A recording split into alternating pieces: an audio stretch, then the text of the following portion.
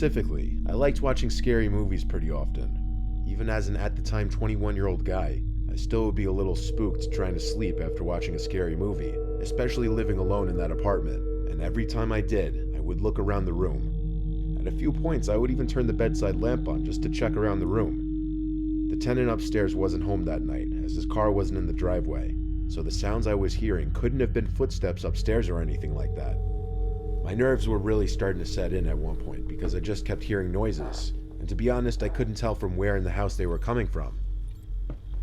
I got up to head over to the door of the bedroom and opened it.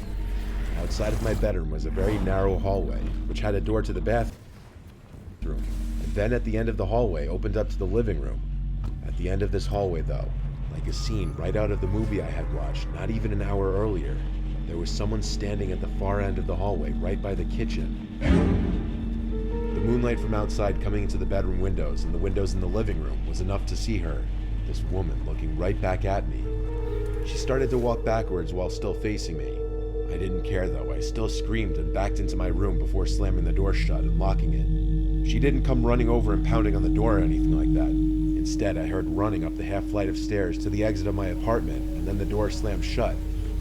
I was frozen in shock for at least 10 minutes before I felt okay to take my phone and leave the bedroom to check the apartment. It didn't take long. It was a small apartment with not many hiding places. It was empty.